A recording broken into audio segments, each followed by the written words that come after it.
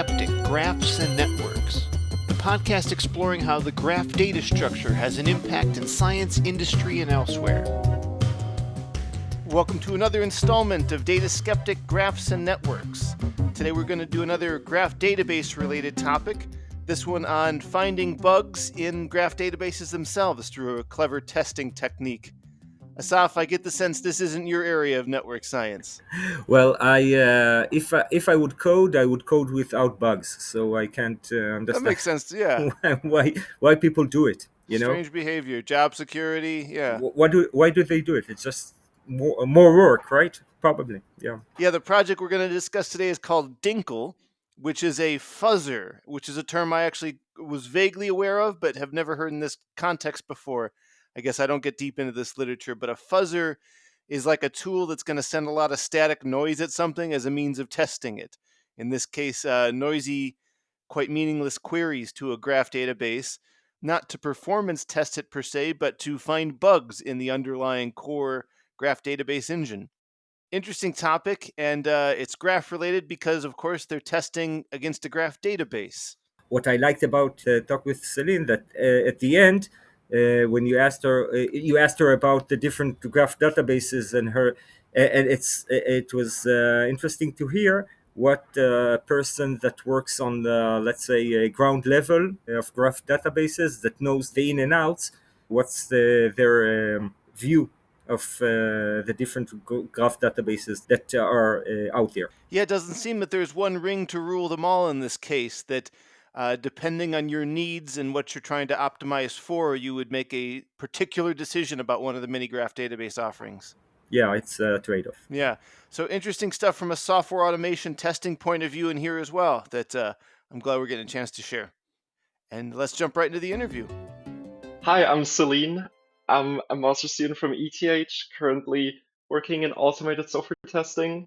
My main focus was on testing graph database management systems, which is why I'm here today.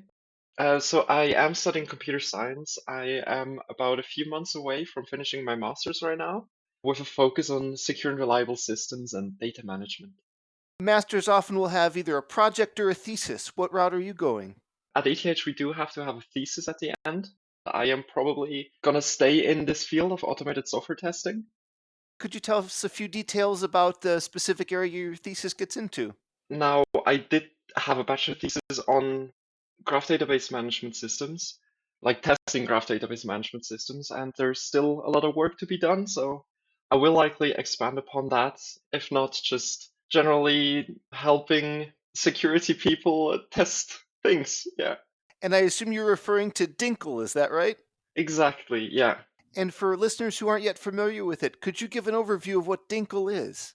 Dinkle originally started as my thesis, my bachelor thesis back in 2023. It is a fuzzer, so it automatically generates input for graph database systems and aims to test it. We did mainly focus on really just incorporating a lot of stateful information, making sure the query generation is very complex. It had great results in the end. Well, I get the idea of trying to automate some of the database systems that are out there, specifically graph databases. I'm curious about where you start with that. Like one thing that comes to mind is in trying to attack a traditional program, maybe I want to see if I can get a buffer to overflow or something like that. What's in the toolbox of toys or whatever that you can attack a graph database with? This comes quite naturally if you just aim to generate random queries. So if you do look at some of the bug reports we have encountered buffer overflows, we encountered null values being dereferenced, we encountered weird program states that weren't meant to be reached. We pretty much cover this whole basis, but only if it is really accessible through the input of a user through a query. So am I correct in saying there's no code inspection? You're really just treating the system as a black box? Yeah, generally you do black box fuzzing like that. You can expand upon that, but that is pretty much just a way of accelerating the testing, making sure you cover more new code, but it isn't really necessary to reach really the effectiveness that is needed to find the bugs. And I believe you'd mentioned that query generation, specifically complex queries, as part of the effort. Is that something that's generative in AI as sort of the flavor of the week anymore? Or can AI even do that? Maybe these have to be very finely crafted, knowing the schema or something. How does that work? So this really is just a random generator. It is based upon the syntax of Cypher. So it does have to know Cypher very in depth, really be able to make those connections between different clauses and really tracking the state in a good way. We don't really use AI. For us, it really is just a random bit string we use to generate a query in the end. I can see how AI could maybe be used in some places, but it seems like a really difficult task for it to complete. And you'd mentioned this being state aware. Could you expand on how? In Dinkel, we track two different kinds of state. We have the query context and the graph schema. Now, in the query context, we just have all the variables that are created and referenced within a query. So you can imagine if you create a variable x, assign it the value of 0, that would be stored in the query context. And we store this information during the generation of a query. And then additionally, we also have the graph schema, which we essentially just simplify as a big set of node and edge labels and different key value properties, which we then reference during the query generation again to make sure that there's a lot of data dependencies within the query, which directly makes it a lot more complex and increases the chances of really triggering deeply hidden bugs in the graph database management system. Are those deeply hidden bugs something like an oversight that there's a missing unit test and that's all it's going to take to fix it? I mean, a lot of the bug reports we submitted did just result in more tests and being added, but they pretty much always had to fix something in the graph database management system. So usually it really is a lot of interactions going on in the background between different parts of the system in a way that the developers didn't expect, which then resulted in those bugs. We only had one single case where they actually adjusted the documentation of Cypher to disallow certain query structures Rather than to be fix it, we'll used. just make it forbidden, huh? Exactly, yeah. So when you encounter a bug, what is the user experience? Am I going to get an exception or am I going to get the wrong answer? So we did mainly just focus on exception and crash bugs. This means that either you're going to get an error message saying something went wrong, or a really confusing error message that seems very unrelated to your query, or it just flat out crashes the system. We didn't focus on finding wrong answers, like wrong answer bugs, which we call logic bugs, because that is a whole different field. But the thing is, Dinkel really is just a query generator upon which you can pretty easily expand. So logic bug fuzzing can be done using Dinkel, but you would have to expand upon the generational system of Dinkel. So Dinkel's a very general tool in that regard, and I know you're able to use it to test many different database options. Could you talk about which databases you've been exploring using Dinkel? In the paper on Dinkel itself, we mainly focused on Neo4j, and we also tested Redis Graph, which is now under the name FalconDB. And lastly, we also tested Apache AGE. We found the most bugs in Neo4j because we spent a lot of time testing it, because it was really just a very widely used database. And I think, as far as I know, it still is. Yeah, we found a lot of exception bugs there. No crashes though, because it is written in Java. It was very hard to get it to crash. That was a bit different with the others because they were written in C and C++. We did find quite a few crash bugs here and there. When you find a bug, I assume you report it. Could you talk about that process? When I talk about online privacy security, I speak from experience as a Delete Me subscriber. What's been eye-opening is watching my quarterly privacy reports show me just how many data brokers are out there collecting our information. In my first report alone, I discovered hundreds of listings containing my personal details. Everything from old addresses to family connections. I'm a low-rent public figure, but I don't want the rest of that stuff out there. What makes Delete Me different is their comprehensive approach. They don't just remove your information once. They keep monitoring and removing it continuously, and they stay ahead of privacy threats. As new data collection methods emerge, their team adapts and evolves their protection strategies. They don't just focus on known data brokers. They're constantly scanning for new sources of data exposure and developing removal processes to address them. It's like having a dedicated privacy guardian working around the clock. Take control of your data and keep your private life private by signing up for Delete Me. Now at a special discount for our listeners. Today get 20% off your Delete Me plan by texting DATA to 64000. That's DATA to 64000. Message and data rates may apply. When you find a bug, I assume you report it. Could you talk about that process? I mean, most security non-critical bugs, we can just open a ticket, open an issue on GitHub, and they will fix it from there. But for ones that are security critical, most developers have a security policy set up where we can send an encrypted email somewhere with the details of the bug, and they will take it from there. Can you share a few details on that process?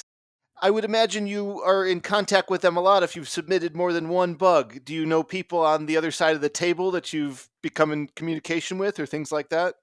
Yeah, to some extent. I am connected on LinkedIn now with a few developers, but also, especially Neo4j was very thankful, and they actually sent me some merch. I have a t-shirt and a beanie from them now, which I can rock during the winter. That's awesome. They ought to pay some bug bounties out too one of these days, I think.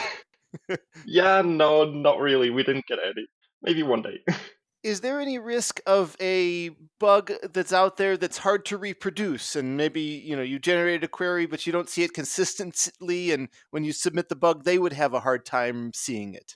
Yeah, there was a few cases where this non-determinism was really an issue because mainly when you submit a bug report, you want to reduce the query as much as possible because I mean the queries we generate are thousands of characters long with thousands of clauses and very hard to understand. So what we do is we try to find a minimal test case that reproduces this bug. And if there is some non-determinism, that means that we often have to like restart the database again, get it to its initial state, rerun the query a few times to make sure the bug still triggers. But in the end, it just takes more time to report. But I never had a bug that I reported that they couldn't reproduce, mainly because I tested everything in different Docker containers as well to make sure it's not because of like my local setup or anything. So you find these bugs by generating these complex queries that, as you said, might be difficult for a human to parse, perhaps. Does that mean we're finding, edge cases in the software, or are these bugs that could manifest themselves under other circumstances, under more everyday queries as well? Yeah, that is a good question that also has been explored in other projects in completely different fields of automated software testing. Some of the queries we generate that produce bugs, they do seem pretty nonsensical, but in the end, they could show up as part of a bigger query actually used in production. And also with code generators, they do also sometimes produce structures that don't really seem to make a lot of sense, but because it's easy for this query generator, I'm talking about query generators here where you produce complex queries using very simple code. For example, OEMs are a common thing where this shows up, and they could also have those structures in there. I remember one bug where there was also just another developer that reacted to it, saying he was encountering the same issue. But also, most of the bugs we found were in pretty newer versions. So, just like bugs that were recently introduced, which means that a lot of the people probably didn't migrate yet to the newest version, so they did not have a chance to really encounter the bug yet. And can you share a few details? I know you've touched on the various systems, but what is maybe the magnitude of bugs you're finding? Are we talking about single digits or hundreds of bugs? How many issues are out there? In the paper, we reference 60 bugs over three databases. There are still a lot of like a lot more bugs being found in the background using different strategies. So we are in the triple digits right now, and we have tested 4 databases so far. So it is quite a significant number, especially also taking into account the previous work that has been done on fuzzing graph database management systems, because essentially, especially more naive approaches, we can cover completely. So all the bugs that they found, we would have also found with Dinkle. Is concurrency something you have to worry about? Mainly maybe in the non-deterministic test cases. Otherwise, it's not really a big issue.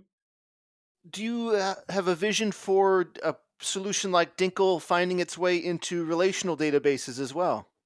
The work on relational database systems, especially like just automated testing of them, is already like very well explored. There's a ton of papers on it.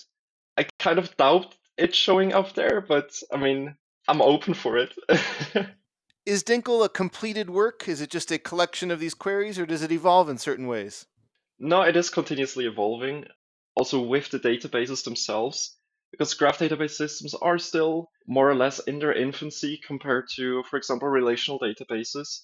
They are still changing their syntax, their semantics, they are adding new features here and there, and we adapt Dinkle to also focus on those so that they're also able to test these new features.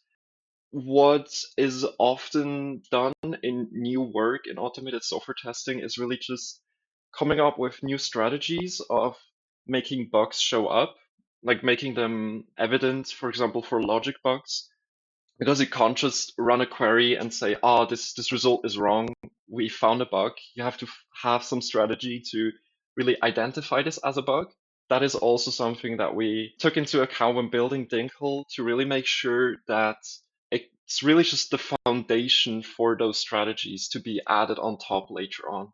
Could you give an example of what a strategy is at sort of like a programmatic level? So there are a lot of different papers on different strategies. I would say the easiest one is you generate a query, you run the query, and you transform the query in a way such that the result shouldn't change.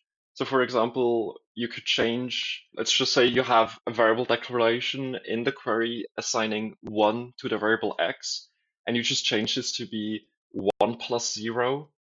So this obviously shouldn't have an effect on the result of the query. But if you rerun this query, this transformed one, and it produces a different output, then you know that something must have gone wrong in the background. So that feels like a low-level check that we're going to say, oh, you have a tautology here. Clearly, adding 0 should give the same result. But then, uh, you know, it seems like almost like you're casting a very wide net. Can you just expect to make a simple change like that? Like, I think if I did that manually, I would do it for weeks and never find an issue. Is there something you have? Yeah. How do you manage the search space? It's obviously a lot more in depth than just, for example, doing a plus 0, especially if you do look at just all of the semantics present in Cypher, which you can then use to transform the query in some way. There's also papers on deconstructing the graph in a way such that you can reuse it in a way where you can also predict the result. It goes a lot more in depth than just adding 0, for example, to a number, but still small changes could result in the database generating completely different execution models in the background. So it can get a query that looks pretty similar, but in the end, it actually runs it in a very different manner, which then could result in you pretty much encountering buggy code. And do you have any metrics around like how long you need to fuzz for before you find a bug? Maybe the bugs per 100,000 queries or something like that. I mean, of course, that decreases significantly when you start reporting them. Like when we started fuzzing, Yeah.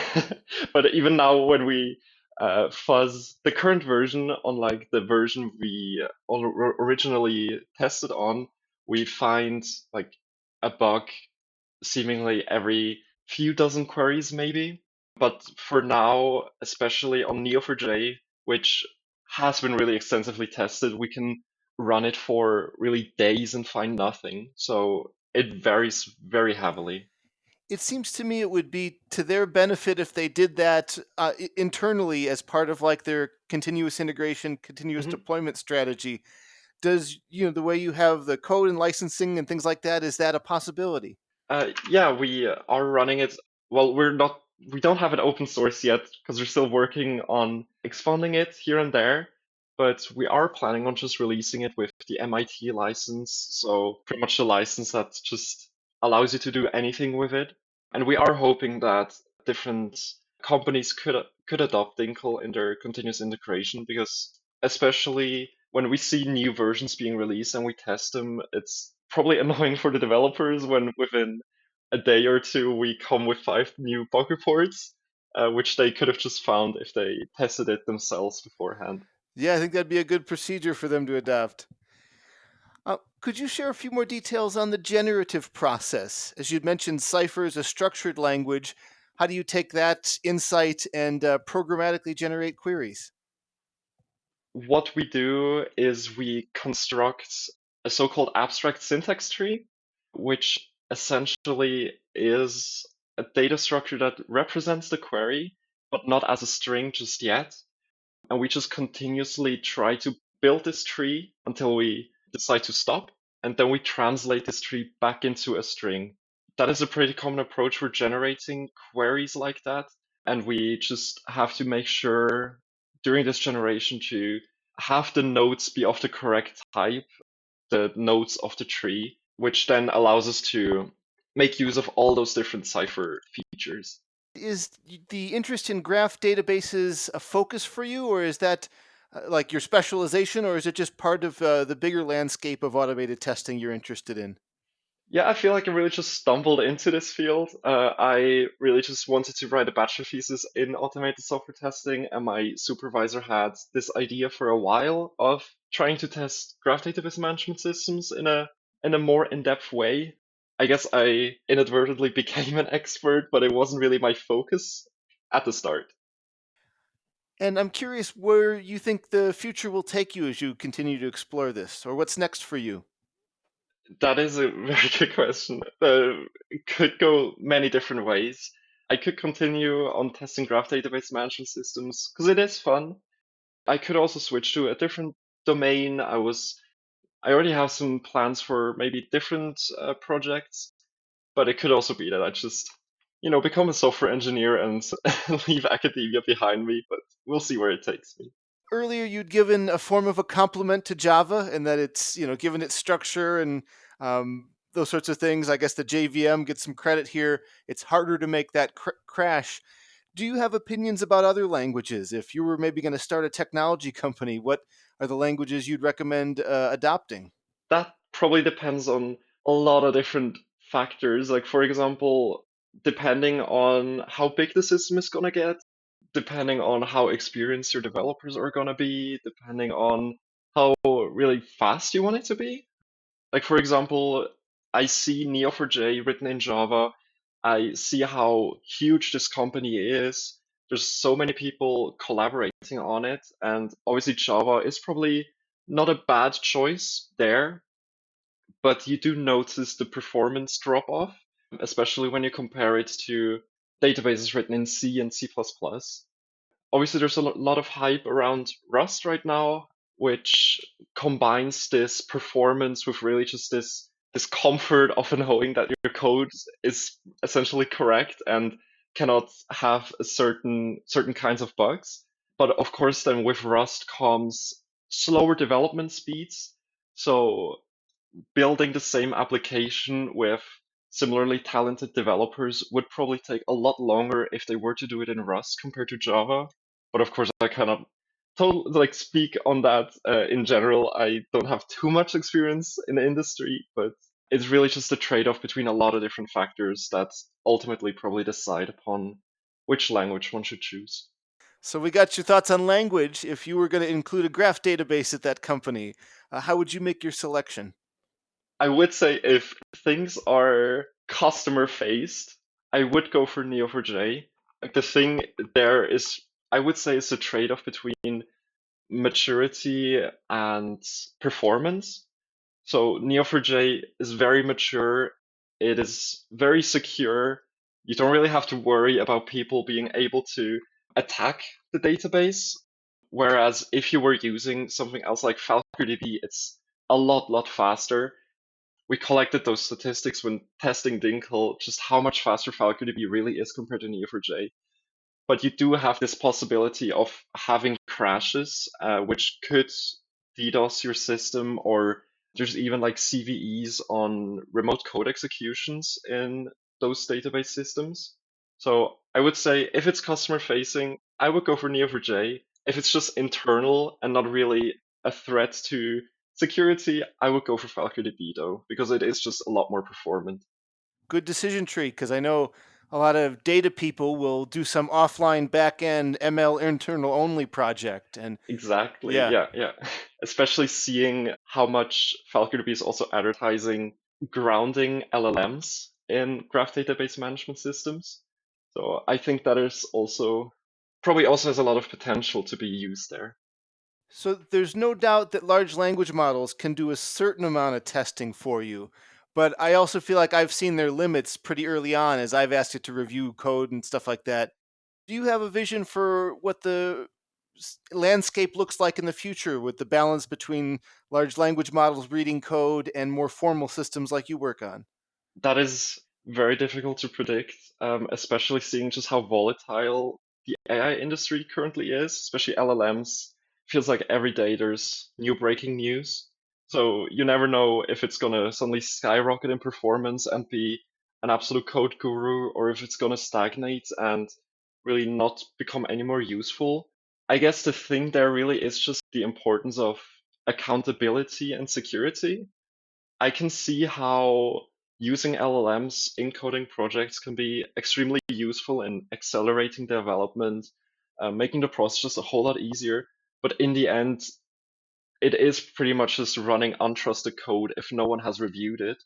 And there have been cases of like ChatGPT producing Python code that essentially just directly imports malware. And I've heard of a lot of people telling me how they wanted it to generate some pretty simple code, and in the end, there was like a very obvious edge case it missed that could have easily led to bugs being introduced. I guess in the end, I can see it becoming really useful in certain areas, but in others, I myself advise caution. But yeah, we'll see if there's maybe tomorrow a new paper on how to do it perfectly, and everything I said was invalid. Well, it would be surprising to me because at the end of the day, we've always got the halting problem. Exactly, yeah, that's true. But I guess also just in the end, it's probably just important to really have a person behind the code. Just imagine like in the worst case, if let's just say Google introduces some new code generated by an LLM into the backend of their search engine and it takes everything down. Or into Chrome. Yeah, for example, yeah, puts new code into Chrome that pretty much results in Chrome just becoming unusable for users. And then who's to blame in the end? I guess that is probably also something that I'm guessing companies put a lot of focus on, really making sure that, there is someone to blame in the end, because it is Sure. kind of Yeah, you always need a throat to choke. exactly, yeah. Well, Celine, it's been great chatting with you. Is there anywhere listeners can follow you online? You can also find me on LinkedIn, just under Celine Wüst, W-U with an umlaut, S-T. Otherwise, I mean, thank you for having me. It's been a pleasure.